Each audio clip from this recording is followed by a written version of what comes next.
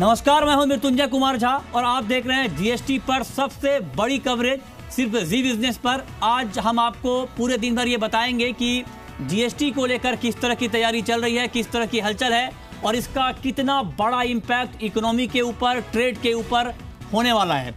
और आज अभी के इस शो में हम बात करेंगे कि कमोडिटी मार्केट के ऊपर कितना बड़ा इम्पैक्ट जीएसटी का होने वाला है और कमोडिटी मार्केट जीएसटी को लेकर कितना तैयार है, इस पर हम बात करेंगे। और साथ ही आपको बताएंगे कि क्या जीएसटी लागू होने के बाद गोल्ड महंगा होने वाला है। जो भी कंफ्यूजन है तमाम चीज़ों को लेकर के, ट्रेड को लेकर के, प्राइस को लेकर के, ये तमाम कंफ्यूजन आज हम अपने एक्सपर्ट के जरिए, अपने शो के जरिए दूर करने की पूरी कोशिश करेंगे। और आज इस पर बातचीत करने के लिए हमारे साथ हैं एनसीडीएक्स के MD and CEO Sameer Shah जुड़े हैं हमारे साथ मुंबई से। हमारे साथ James and jewellery trade federation के चेयरमैन नितिन खंडेलवाल हैं हैदराबाद से। और साथ ही हमारे साथ एसएमसी कॉर्पोरेट के सीएमडी जुड़ेंगे डीके अग्रवाल। और हमारे साथ होंगे Indian purchase and grain association के वाइस चेयरमैन विमल कोठारी। आप तमाम मेहमानों का बहुत बहुत स्वागत है कार्यक्रम में।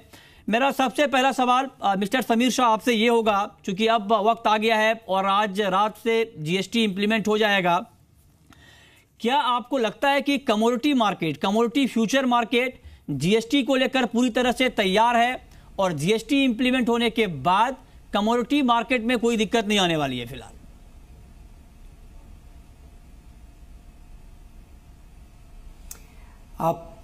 मृत्युंजय धन्यवाद।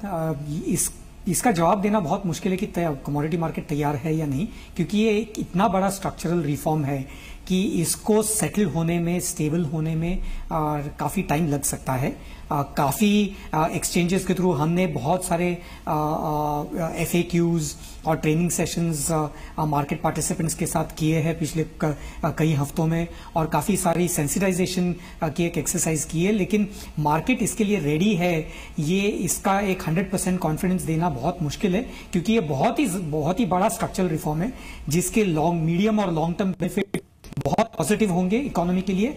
लेकिन इसकी एक शॉर्ट टर्म में तैयारी कितनी है मार्केट की, ट्रेडर्स की, पार्टिसिपेंट्स की, ये अगले कुछ हफ्तों में ही पता चलेगा।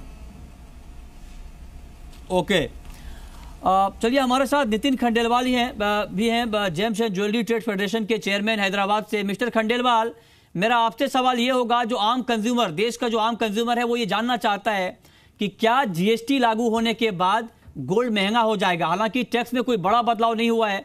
अब तक 2% का टैक्स लगता था डोमेस्टिक मार्केट में, अब ये 3% का होगा, 1% का इजाफा है। लेकिन दूसरी तरफ मेकिंग चार्ज में बड़ी राहत दी गई है और 5% का रेट यहां पर तय किया गया है। तो आप कंज्यूमर को जी बिजनेस के जरिए क्या कहना चाहेंगे? क्या वाकई गोल्ड महंगा होने वाला है या महज ये भ्रम है, गोल्ड की कीमतों पर कोई बड़ा इंपैक्ट नहीं होगा? देखिए, गोल्ड 1 से 1.5% बढ़ेगा, क्योंकि 1% वैट था और 1% एक्साइज सभी को अप्लीकेबल नहीं था, क्योंकि थ्रेशोल्ड लिमिट के नीचे काम कर रहे थे। दूसरा, जो 5% का जॉब वर्क चार्जेस है, वो पहले नहीं था कभी, सर्विस चार्ज ज्वेलरी इंडस्ट्री पे नहीं था, लेकिन उसका इनपुट क्रेडिट मिल जाएगा। तो मुझे लगता है कि ओवरऑल इम्पैक्ट 1 से 1.5% का रहना चाहिए गोल्ड पे। जी, ओके। समीर शाह जी, मेरा अगला सवाल आपसे ये होगा, चूंकि लगातार मार्केट में चर्चा हो रही है और खास करके फूड ग्रेन की जब बात आती है तो अनाज को जीएसटी के दायरे से बाहर रखा गया है, लेकिन ब्रांडेड अनाज पर 5% जीएसटी की दर यहां पर तय की गई है। इसको लेकर कारोबारियों को कुछ आपत्ति है।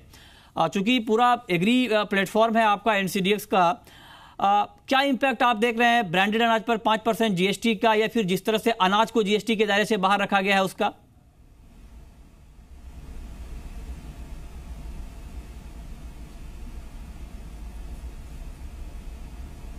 मिस्टर समीर शाह, लगता है हमारा संपर्क अभी नहीं हो पा रहा है, हम दोबारा जुड़ने की कोशिश करेंगे। लेकिन नितिन खंडेलवाल जी, जो बात आपने कही गोल्ड को लेकर के, क्या बुलियन इंडस्ट्री का एक बड़ा कंसर्न था? आप लोग लगातार इस बात को पिच कर रहे थे कि गोल्ड के ऊपर रेट कम रखा जाए ताकि ट्रेड में एक ट्रांसपेरेंसी आए। अब चूंकि 3% का दर यहां पर तय किया गया है, और एक बड़ा कंसर्न बुलियन मार्केट को लेकर यह भी रहता है कि ब्लैक मनी का सर्कुलेशन कहीं ना कहीं बुलियन में, जेम्स एंड ज्वेलरी में होता है। इस बात की आशंका पहले से जाहिर की जा रही है। क्या जीएसटी इंप्लीमेंट होने के बाद आपको लगता है कि ये आशंकाएं दूर हो जाएंगी और जो अब तक ये आरोप लगते थे इंडस्ट्री के ऊपर ब्लैक मनी जनरेट करने का, वो खत्म हो जाएगा?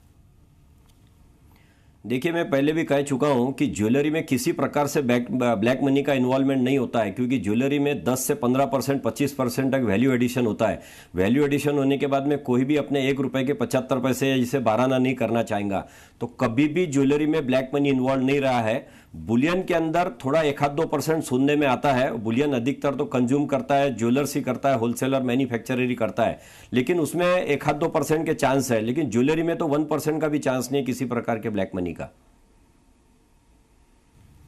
ओके, समीर शाह जी, मेरा आपसे सवाल यह है कि मार्केट, क्या आपको लगता है कि जीएसटी आने के बाद कमोडिटी मार्केट ज्यादा ट्रांसपेरेंट हो जाएगा और जो खामियां थी पहले, अब वो दूर हो जाएंगी पूरी तरह से? बिल्कुल बिल्कुल, मेरा एब्सोल्यूट 100% कॉन्फिडेंस है कि जब ये जीएसटी स्ट्रक्चर सेटल होगा, एक कमोडिटी मार्केट्स के लिए एक ना कि एक नया टैक्स रिफॉर्म है, ये एक एक्चुअली नया वे ऑफ डूइंग बिजनेस है। तो सारी सप्लाई चेन्स नए बनने की पॉसिबिलिटी है। एकदम क्लीन सिस्टम होने की बहुत ज्यादा पॉसिबिलिटी है।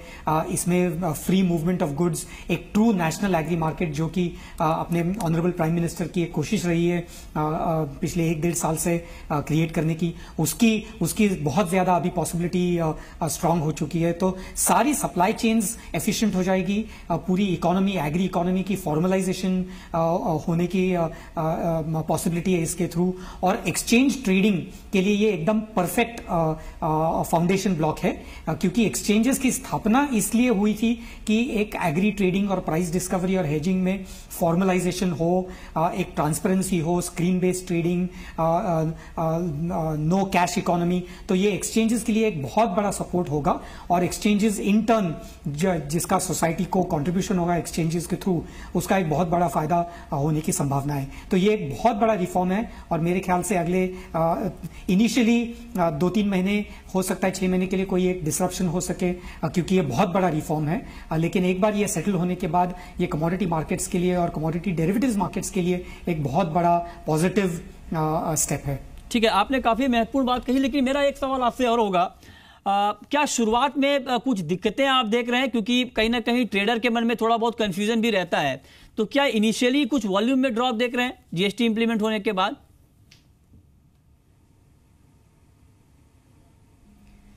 पिछले कुछ महीनों में, 1-2 महीने में तो हमने जरूर देखा था और वॉल्यूम ड्रॉप देखा था, और उसका मेरे हिसाब से जीएसटी का एक ओवरहैंग उसमें जरूर रहा होगा, क्योंकि काफी हद तक डीस्टॉकिंग मार्केट में हो रहा था। लोगों को ये डाउट था कि पुराना स्टॉक किस तरह से उसको प्रोसेस किया जाए, पुराने अकाउंटिंग सिस्टम्स नए अकाउंटिंग सिस्टम्स के साथ किस तरह से सेटल हो सकते हैं, इनपुट टैक्स क्रेडिट किस तरह से मिल सकता है। तो इसके कारण कमोडिटी मार्केट्स में काफी डीस्टॉकिंग हमने देखा, और डीस्टॉकिंग के कारण एक सर्टन बेरिश सेंटिमेंट मार्केट में थी। तो ये हमने जरूर देखा था पिछले 1-2 महीने में, और ये ना सिर्फ कमोडिटी मार्केट्स में देखा, ये सारी अक्रॉस इंडस्ट्रीज में हमने डीस्टॉकिंग का एक ट्रेंड देखा था। हाँ। तो ये पिछले 1-2 महीने में तो जरूर दिखा था इफेक्ट। अगले 1-2 महीने में भी हो सकता है थोड़ा बहुत इफेक्ट रहेगा, क्योंकि अनसर्टेनिटी रहेगी, थोड़ी एडजस्टमेंट रहेगी, लेकिन एक बार ये सेटल होने के बाद इसका बहुत पॉजिटिव इफेक्ट रहेगा। ठीक है, तो आप करेंगे एक बार सेटल हो जाए, फिर इसका एक बड़ा पॉजिटिव इंपैक्ट मार्केट के ऊपर दिखेगा। मिस्टर खंडेलवाल, ज्वेलरी सेक्टर को कहीं ना कहीं जो बीच में काफी दिक्कतों का सामना करना पड़ा था, जब पैन यहां पर मैंडेटरी किया गया था, आप लोगों ने उसका भी विरोध किया था और लंबी हड़ताल भी चली थी। अब चूंकि माना यह जा रहा है कि जीएसटी आने के बाद जो टैक्स कंप्लायंस है वो बढ़ जाएगा, तो ऐसे में क्या छोटे ज्वेलर्स को कोई दिक्कत आने वाली है, या फिर आपको लगता है कि छोटे ज्वेलर्स भी जीएसटी को लेकर अब तैयार हो गए हैं? देखिए, जो 20 लाख के नीचे बिजनेस करता है उनको तो ये है नहीं, लेकिन हमने गवर्नमेंट से कहा था कि ऑल कमोडिटी और ज्वेलरी में फर्क होता है। गोल्ड बिजनेस में इसका हाई वॉल्यूम बिजनेस होता है, प्रेशियस मेटल है, तो इसकी लिमिट जो है कम से कम 1.5 से 2 करोड़ करना चाहिए, जो 20 लाख का गवर्नमेंट ने दिया है कि जीएसटी एप्लीकेबल नहीं रहेगा। दूसरी बात, हमने कारागिरों को उससे अलग रखने की बात कही थी कि शुरू में जो कारागिर है, टोटल इसमें 80% अनऑर्गेनाइज सेक्टर है। ऑर्गेनाइज प्लेयर जो है वो टैक्स भरने के लिए तैयार है और गवर्नमेंट को टैक्स मिलने वाला है। हमको वैसे भी जॉब वर्क पे चार्जेस देने के बाद में हमको उसका इनपुट क्रेडिट मिलेगा, तो कुल मिला के गवर्नमेंट को तो नेट 3% मिलने वाला है। तो छोटे कारोबारियों को इसमें से बाहर रखा जाए, हमने गवर्नमेंट से गुहार की है। हाँ। हमने काफी बार उसमें मीटिंग भी की है। हाँ।